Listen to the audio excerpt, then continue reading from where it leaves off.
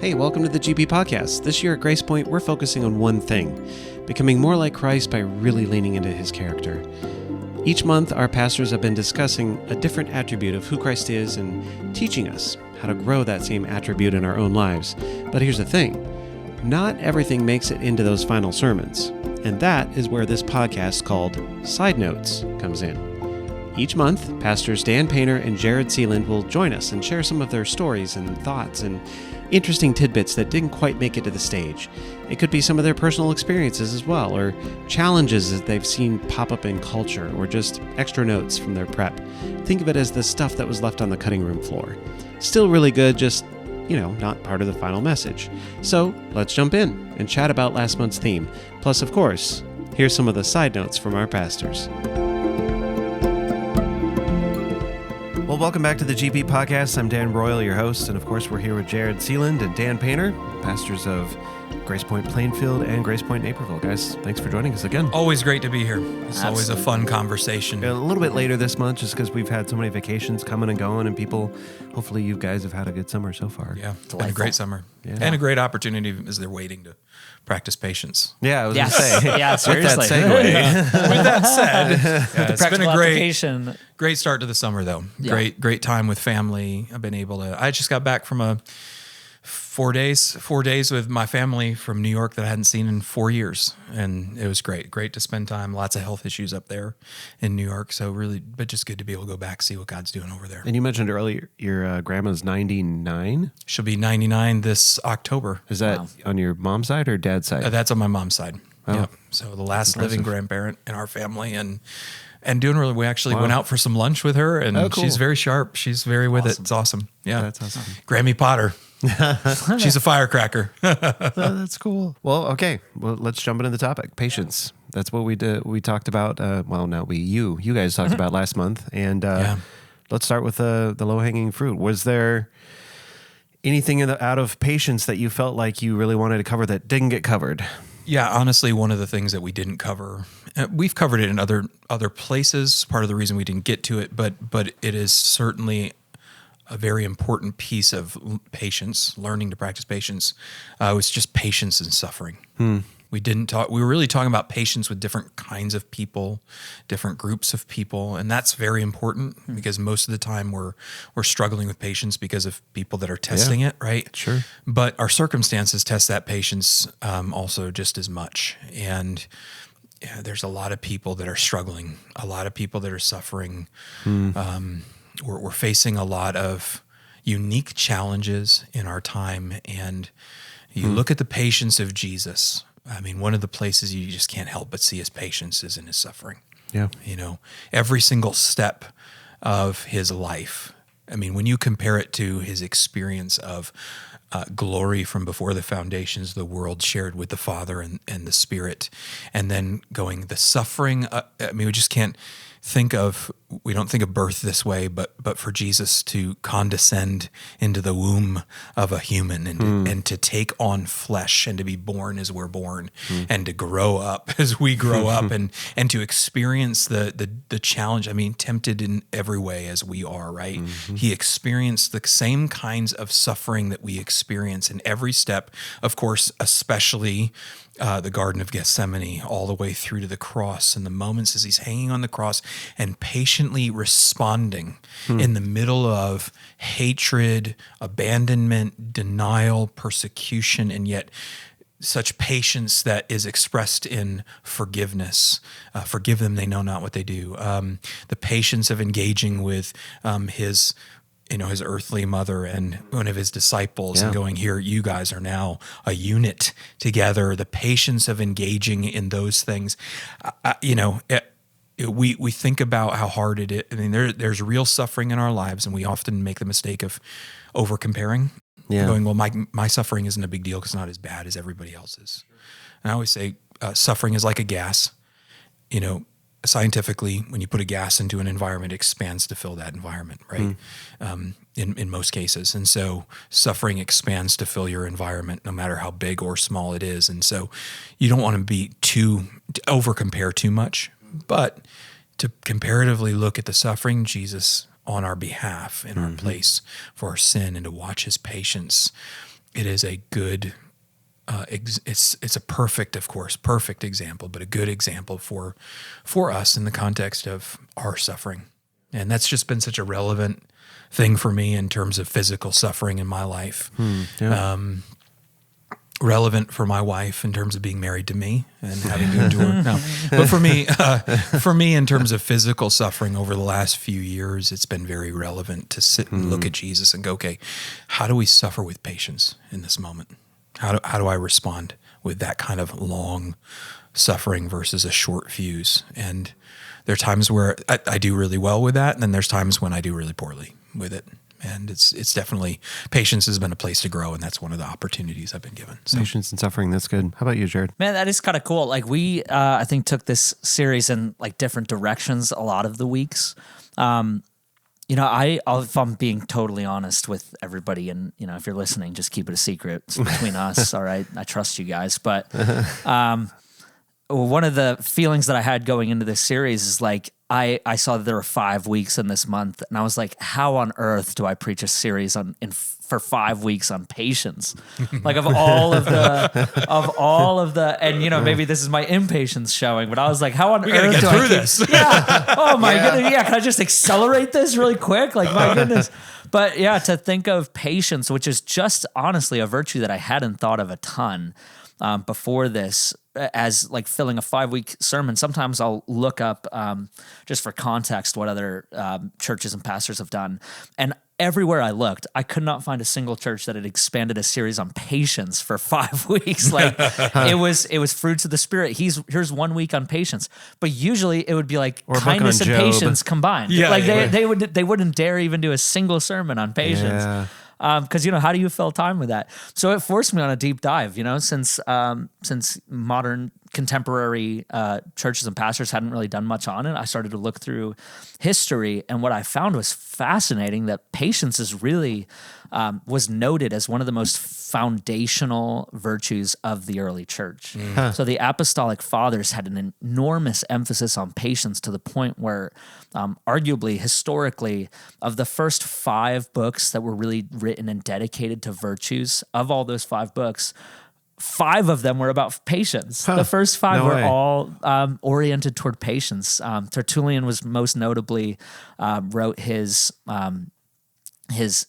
book on patience, and just was exhorting Christians who were in the midst of persecution, exhorting them to patience. And I was like, wait a second, how is this virtue that I would not have thought twice about, let alone thought about for 5 weeks in a row? How is this so foundational to the church as a whole?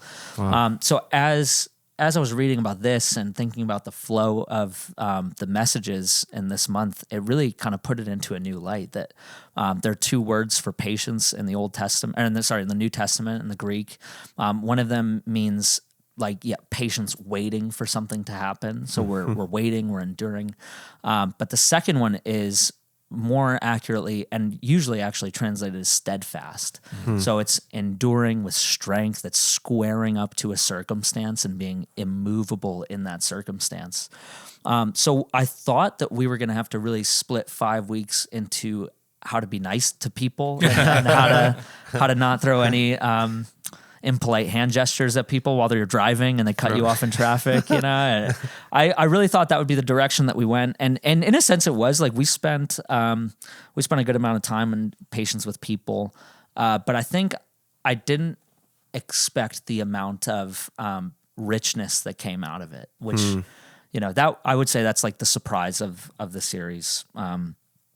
Just seeing the way that Jesus steadfastly endured really difficult things and then using that as a boon in our lives. So patience in difficulty, patience in darkness. We looked at the demoniac that Jesus encounters, and like Jesus's patience is remarkable with a man who is frantically sprinting at him, throwing himself at his feet and screaming by all accounts at Jesus. Jesus is just calmly talking to him and calmly calling this man out of freneticness and into patience. I just think that was such a surprising call that I received for my life in a world that's so chaotic, in a world that's so over leveraged.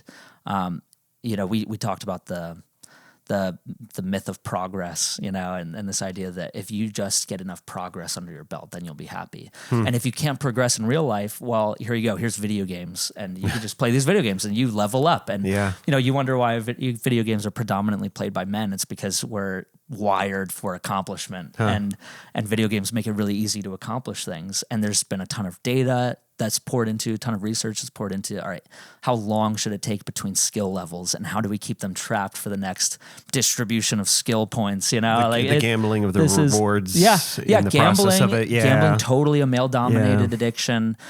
Pornography, even to a sense, is progress-oriented. It's saying, there is more conquest to be had, and it doesn't take hard work and endurance. It just takes the click of a button, or, the mashing of controllers or buttons on a controller. That's kind of the image of progress that we're presented to as a world, but Jesus has a totally different image. His is one of slowness, of just waiting, of being present, So I think it was really kind of a shocking series for me. Maybe I think just the direction that we took was maybe the surprise, maybe not so much like what do I wish would have come up, or what do I wish we would have covered, but more just the fact that it was surprising to me, the historical relevance of patience, and in looking at that, seeing the application of patience to our own lives here and now. First of all, it's shocking that we don't have as much conversation about patience in our culture. I mean, it is and isn't shocking. It's not shocking because we're such an impatient culture, and so we don't want to have to deal with our lack of patience. In some ways, it's like, here, let's avoid this.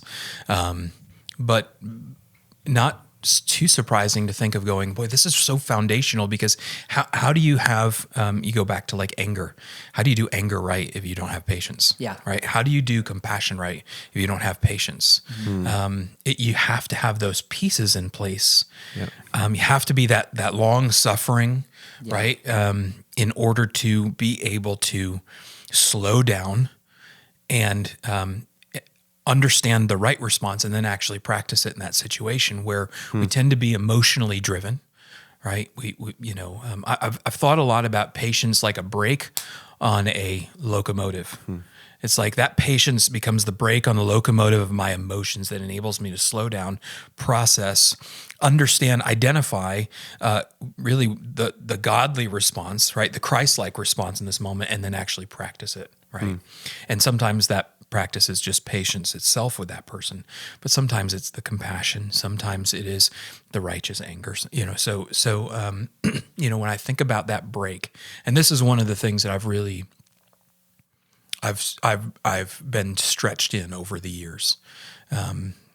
I've struggled with patience in my life in various places, sometimes with myself, sometimes with other people.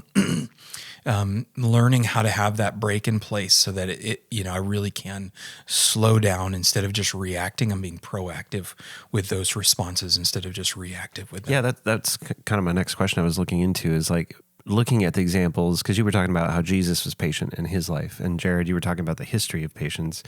And the combination of the two of being able to do what Christ did, being patient with everybody that is in his life, how do we look at his examples, his patience with his disciples, the patience with the people he consistently ran into, like the demonic person, and how do we look at those examples and plug those into a modern approach for what we deal with today? Yeah, human experience. I think it has to be personal. I mean, you have to look at it through an example that is, those are examples that paint the picture of the way that he is patient with us, or has been patient with us and is continually patient with us, right? So, he was patient with us before we knew Christ, without us even really fully realizing how patient he was with us, and didn't treat us, right? Psalm 103 doesn't treat us as our sins deserved, and he didn't, right? He gave us time. It's 2 Peter chapter 3. He is not slow to act, as some consider slowness, but he is patient with you, not wanting anyone to perish, but all to come to repentance. So before we met Jesus, before our eyes were opened, the veil was removed, we believed the gospel, God was already being patient with us. And he's giving us examples of that with people, kind of pre-salvation. I think Apostle Paul's a great example of his patience with somebody leading up to that point. But he's also, he shows us with the disciples his ongoing patience with us as as disciples, those who have believed, he's still very patient with us, unbelievably patient with me every single day. And so it starts by seeing that that's personal. Like the way he's patient with them is to remember that's the way that he's patient with me today.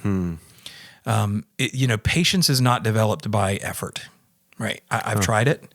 Yeah. So I remember years ago when my kids were little, Sarah went out for the day and it was just me and the boys. And I'm not going to lie, I struggle with chaos, and having 4 boys is chaos. It's all chaos. And I knew that I really struggle with patience with them along the way. And so I made it my goal. I was like, today, I am not going to lose my patience. Like I'm going to be completely, perfectly patient all day long.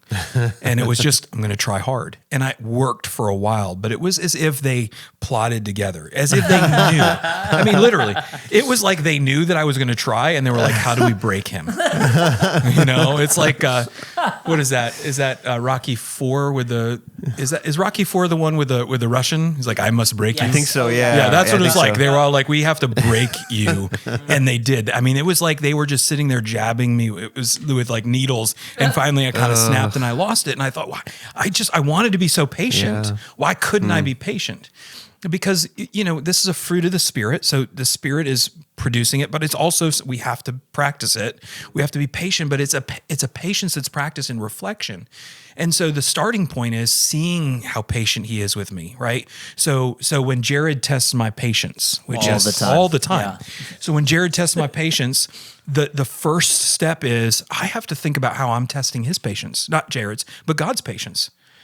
How have what's that? Nothing. Yeah, I suppose mine too. How am I testing God's patience? And then how has he been patient with me? And the more that I think about that, I mean, this is gospel change, right? I'm reflecting on his grace towards me and that patient, the way he is patient with me. And the more I think about how patient he is with me, in the same way, the more that I think about how forgiving he is towards me, it produces a forgiveness in me that I can now give away.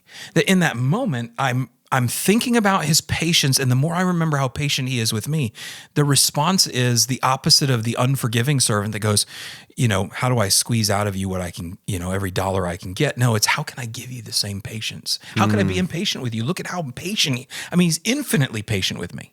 My impatience is an evidence of that I have forgotten the gospel truth of his constant daily patience with me. When I am impatient with the people around me, it's because I've forgotten how patient he is with me. Because when I remember that, it changes me.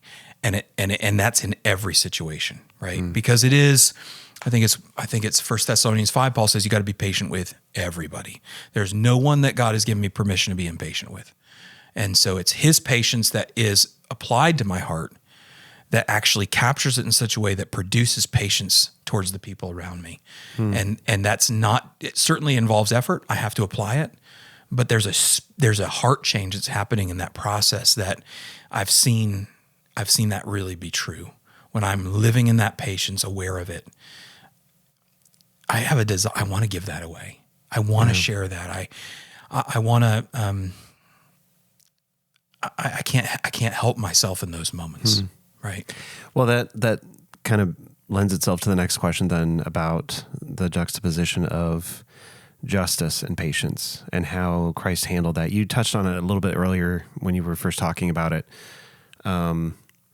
about being on the cross and being tortured and all of his long suffering that he went through. And all he had to do was just speak the word and it could have been done. All he had to do was make that decision, but he didn't. And so I guess when we look at the suffering he went through and the example he went through, how do we look in our own lives and be like, okay, there's a time for justice and there's a time for patience.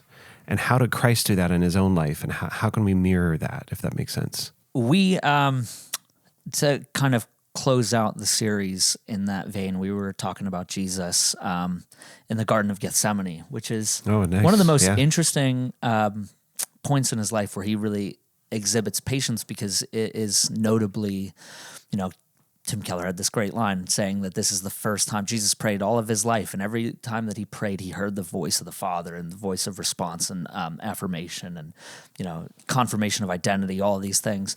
And he says that his time in the garden was the first time that he prayed and really didn't hear anything in response. True to an extent, he was praying, let this cup pass from me, comfort me. And the response was no. You have to endure this. And here's a taste of what it feels like to be forsaken by me. Here's just that was when he first started to experience that. And Jesus responds still in faith, still with this recurring prayer: "Let your will be done, not mine. Whatever's your will, let it be done." And Jesus is offering the most sincere request. This is where we kind of went through it, because we have this terrible habit in the church of saying, hey, if you're suffering with something, if you're dealing with something, it's probably a lack of faith. And it would be just hysterical to watch somebody who says that try to like study this passage of scripture and say, oh, Jesus, he's that? Suffering, right? But it's probably a lack of faith. Does he have unconfessed sin in his life? Is that why he's suffering? Is that? Yeah. And it's like, no, this is just the result of living in a broken world, that there is suffering here. The question is, will we be patient with the Lord, even if his answer is not what we expect it to be? And I think that is what people have a lot of difficulty with. You see a lot of people that were driven away from faith. Charles Darwin being one of them. Lost his daughter at a young age. He was a fledgling Christian at that point, but he prayed with his wife, who was also a Christian, and still ended up losing his daughter. And after that point, started to really walk away from faith, and that's where his atheism really took root. Because how could he pray something so noble as to not let his daughter die and then be ignored by God, or seemingly ignored by God, not receive the answer he wanted? And man, I think that there is a point in our lives where we will experience darkness. We're going to experience something broken, something terrible. We're going to experience a real consequence of living in a world that's ruled by sin, that's ruled by the prince of the power of the air, and we're going to experience brokenness. The question is, will we be patient in that prayer to abide with God? So Jesus had to undergo one of the worst, truly the worst human experience that has ever occurred, and yet still trusted that God would bring redemption through it and would bring resurrection through it. And I think when we really do embody patience at every level, what really ends up being true about us is not that we're incredibly patient with other people, but, and I don't mean this sacrilegiously or blasphemously, but it means we're patient with God. That when God's answer is not what we expect, we are still patient, and we're trusting, and we're steadfast, and we say, all right, then I will do your will, not mine. And that story ends, of course, with Jesus being comforted by the angel and strengthened to endure the trial that's before them. But it starts with his surrender and his patience, even when God doesn't give him the answer that he wants. Yeah, I'd say it's rooted in a confident assurance, which is what hope is, right? There's a hope that, and again, different from the world's hope. World's hope is knock on wood, cross your fingers. It's positive uncertainty. I think somebody is coming to visit me today. I hope somebody's coming to visit me today, right? It's this idea that somebody might be coming, but I don't really know. Be great if it happened that way, right? Biblical hope is a confident assurance in a promise that has not yet been fulfilled or experienced, right? So Jesus is coming again. I have a hope that he's coming again. It's not like a knock on wood, maybe it's going to happen. I'm confidently assured that Jesus is coming. I just don't know when, but I know it's going to happen. And so patience is in many ways an application of that hope that says, even in injustice, it's a hope that says there is going to be justice. Justice is going to be done because the just judge is going to come and he's going to make all things right. Right? Yep. He is going to make all things new, and it's not just going to, ignore the bad stuff. And the evil will be dealt with. Justice will happen. And so I'm entrusting that to God and trusting that he's going to do it. I don't have to take it into my own hands. I'm trusting that even though things are hard right now, he's promised that, I think of it, Psalm 73, it's the psalmist who says, my feet almost stumbled because I saw the prosperity of the wicked, and it didn't make any sense to me. And I thought, well, what's the purpose of my holiness. Yeah. Because I'm doing all of this and I'm suffering. Yeah. They're not doing any of it and they're winning, so maybe I should just give up on all of this. But then he goes, but then I went to the house of the Lord and I remembered the truth is really what he gets to. I remembered where all of this is leading. And so as a result, I can be patient in the suffering now because I know that's not the whole story. And I know that there is the other side of the story. It is glory. It is joy unspeakable. It is pleasure evermore. And so it's, look, if I have no confident assurance of any of that, why would I be patient in this moment? Yeah. Why would it be patient why would I not take justice into my own hands? Why would I not give up on doing the right things if I have no assurance that if I'm living in holiness, I have an expectation of this joy that's coming, even if it means suffering right now, right? Which is why people are so impatient. Why suffer now? Why go through this hard stuff right now? Why not have my cake now? Because I don't know if there's any cake that's coming, right? So I'll just eat it all today. Which applies to a whole lot of things. Oreo, yeah, right. It's like, I don't know that there's going to be cake tomorrow, so I'll just eat all of this today. I don't know if that's giving you any clues to my health issues. Right now for us, it's Aldi's Oreos. For whatever reason, those are the best. They disappear really quick. Dangerous. Yeah. Hey, I've got 4 boys. One big box of like Oreos from Sam's Club is gone like overnight. And it's not me. So, okay. That's what you say. hey, listen up, buddy. We know. We know. We didn't talk about telling the truth. We're talking about patience, not the truth right now, people. Well, man. It's the age of instant gratification. Yeah. And so it's hard. I mean, everything that's led up to this point has pointed to technology. What makes it faster? What makes it easier? Every single thing points to instant gratification, getting it done, and without the maximum involvement. Yeah. Whatever takes the least amount of work, work smarter, not harder kind of thing. So how does that apply with our modern aspects of life too? How does somebody, if somebody's listening right now and they're like, I don't know how to apply this. Yeah. I can't do it. Like, I've got too much going on. I don't have patience for this. I don't have patience for people. I don't have patience for my kids. I don't know how to make this happen. So how do we help them? How do we deal with this in this modern age? Yeah, let me put it in one other place real briefly. Just in terms of where you're just coming out of going, everybody wants it fast, they want it now. Yeah. It's part of the reason we don't have patience with our spiritual journey. Our process of sanctification, right? We want the weight loss pill, right? We want the holiness pill. What pill can I take that's going to make me immediately, instantly holy without any struggle, without any fight? How can I lose the weight without having to go to the gym or walk or whatever else it is? Like, I want to lose it. I want to lose it now. It doesn't matter the cost, as long as it doesn't cost me long term. I just get it right this moment. We want that immediate peace. And so how do I practice patience just in my own journey of growing in holiness? Yeah. Because it's messy. There's ups and downs. I see growth today. It's, 2 steps forward, 1 step back. There's days where I feel like I'm really succeeding, days where I feel like I'm failing. How do you not give up? How do you practice that patience, steadfastness? And I think the Apostle John, I think, gives us the answer in 1 John chapter 3, some of my favorite verses where he says, he talks about, behold the love the Father's lavished on us, that we should be called children of God. And that is what we are. We're children right now, right? What we will be hasn't yet been revealed. We don't know when one day we're going to be in his presence and we know we'll be changed, but we don't know exactly what that's going to be like. We can only imagine, right? Cue the music. We can only imagine, but imagine what that will be like. Here's what we do know though. He says, we know that we will be like him because we'll see him as he is. So the process is going to be finished. Philippians chapter 1, verse 6, he who began a good work in you will carry it to completion. So he is going to carry it to the finishing of it. I'm going to be made like Jesus one day.